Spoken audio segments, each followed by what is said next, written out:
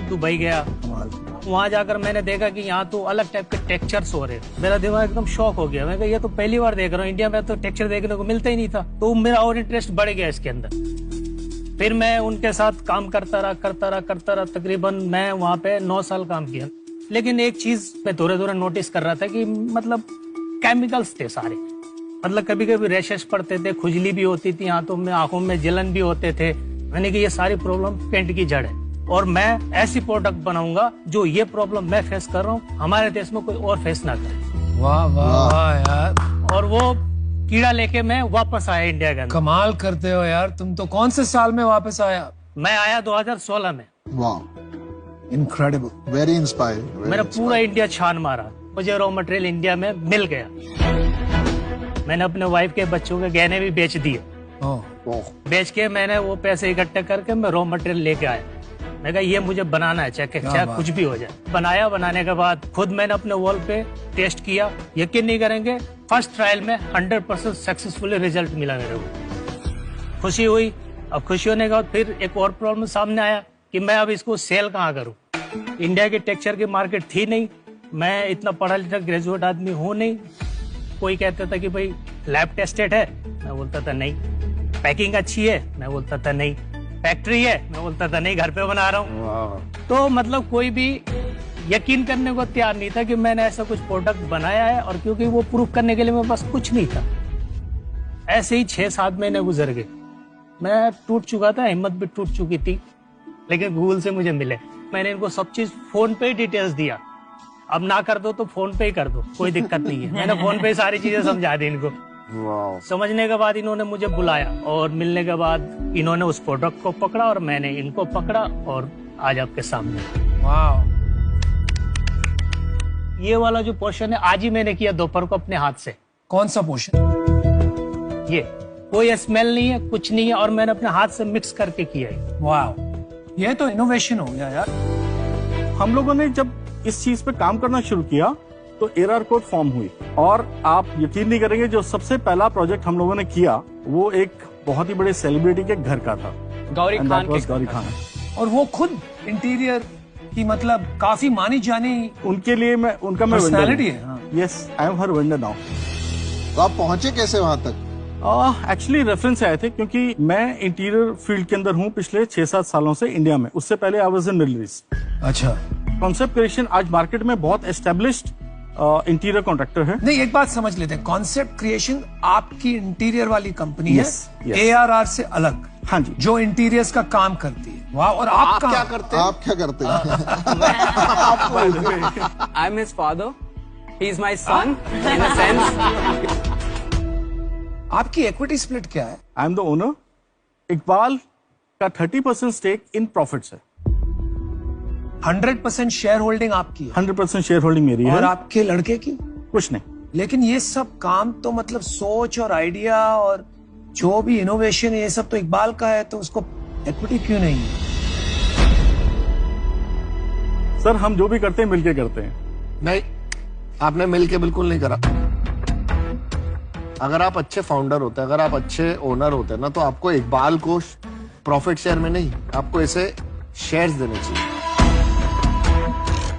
अगर ये इन्वेंटर है, उस टाइम पे उनकी सिचुएशन खराब है, तो आपने उसका फायदा उठा के इनको इक्विटी नहीं दी। आपको इन्हें इक्विटी देनी चाहिए। बिल्कुल नहीं, ऐसा बिल्कुल नहीं है। बिल्कुल बड़े भाई की तरह मुझे संभाला इन्होंने, बहुत कुछ दिया है, बट इक्विटी नहीं दी। सर एक चीज देखिए, इकबाल मेरे छोटे भाई जैसा है। जैसे जैसे हम आगे बढ़ेंगे इकबाल का शेयर उसके अंदर बढ़ेगा। और सबसे बड़ी बात ये है, he gets a salary also. कितनी लेते हो? 40,000। और जो स्टेक है वो अलग है। स्टेक तो है ही नहीं। प्रॉफिट को मतलब मैनेज करना बहुत बड़ी बात नहीं है, सब करते हैं। तो इसीलिए ये सेटअप जो है ना, आगे जाके आपको बहुत तकलीफ देगा।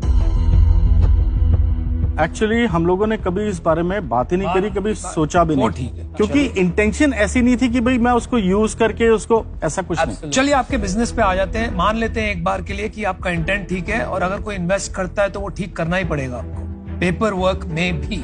जी। सेल कितना करते हैं? We started last year only. पिछले साल की हमारी सेल्स थी 77 lakhs। ओके। और इस साल हमारा जो प्लान है दैट इज 1.5 CR। प्रॉफिट क्या है?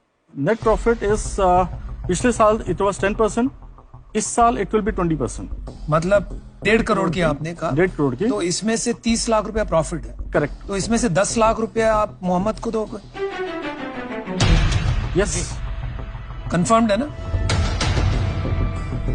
जो पेंट का बिजनेस है ना, ये डिस्ट्रीब्यूशन बिजनेस है. एब्सोल्युटली. बहुत ही डिफिकल्ट कैटेगरी है. बिल्कुल एग्री सर. हमारा जो आगे जाके भी जो विजन है, आप घर पे बैठ के आप जब अपना वो मोबाइल उठाएंगे, उसमें आप एरारकोड ऐप को डाउनलोड करके आप उस पर क्लिक करेंगे, आप अपनी दीवारें स्कैन करेंगे, ठीक है, और आप हमारे टेक्सचर्स के साथ टॉगल कर सकते हैं. एक सेकेंड यार, आप D2C पेंट ब्रांड बनाना चाहते हैं. मैं आपको बताता हूँ, पेंट में कोई D2C नहीं होता. पहले मेरे को वेरीफाई करना पड़ेगा कि ये क्लीन और ऑर्गेनिक होना चाहिए. जो क्लेम आप कर रहे हैं वो फैक्चुअल होना चाहिए, और हम टेस्ट करवाएंगे. दूसरी बात है, no other product in the market exists yes. Today. Third, equity आपको को फाउंडर को देनी पड़ेगी. और ये जो आप जो एक दूसरा इंटीरियर्स का बिजनेस लेके बैठे हैं, उसका क्या करेंगे? I am appointing some managers to take care of that, because आप एक काम कीजिए, आप उसमें रहिए फुल टाइम, इनको ये चलाने दीजिए. मैं मेरे लास्ट कंडीशन पे आता हूं, हमको एक को फाउंडर लाना पड़ेगा मार्केटिंग और डिस्ट्रीब्यूशन के लिए. अगर आप ये बातें मानते हैं तो माई ऑफर स्टैंड्स. मैं आपको 30 लाख रुपए दूंगा for 10% as equity. That values your company at 3 crore. और मैं आपको 20 लाख रुपए लोन दूंगा, उसकी हम बात कर सकते हैं. Can we discuss sir? या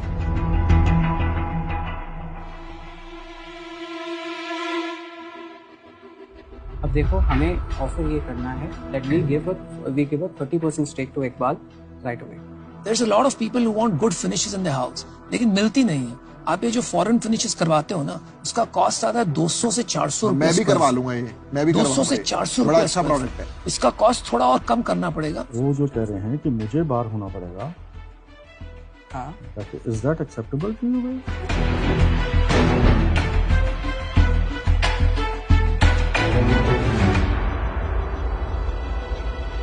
So sir, we'd like to counter offer आपको 50 lakh rupees for 10%.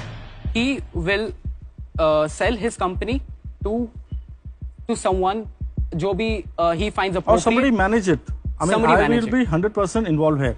Second thing, as far as Iqbal share, I agree for that. कितना शेयर दोगे आप? 30%. 30% इक्विटी. Equity. और ये को फाउंडर के बारे में क्या सोचा आपने? So we will keep a co-founder, but his share will depend हमारी जो valuation अभी जो डिस्कस होती है उसके ऊपर. और तुम्हारा शेयर क्या होगा? I'm 23. मैं इसको एम्प्लॉय की तौर पे ही देखना चाहता हूँ, because this is my passion. My offer is non negotiable. आपके पास एक ही ऑफर है. Can we dissolve the 20 lakh loan and just make that 50 lakh का investment? Equity, I can, but the equity will be higher. How much, sir? 15%.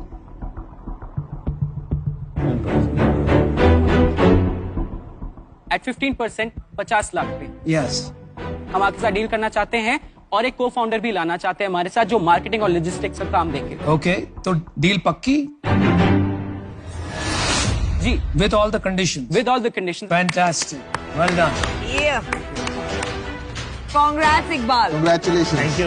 यार आपको मिलके मजा आ गया. एक सल्यूट करता हूँ यार.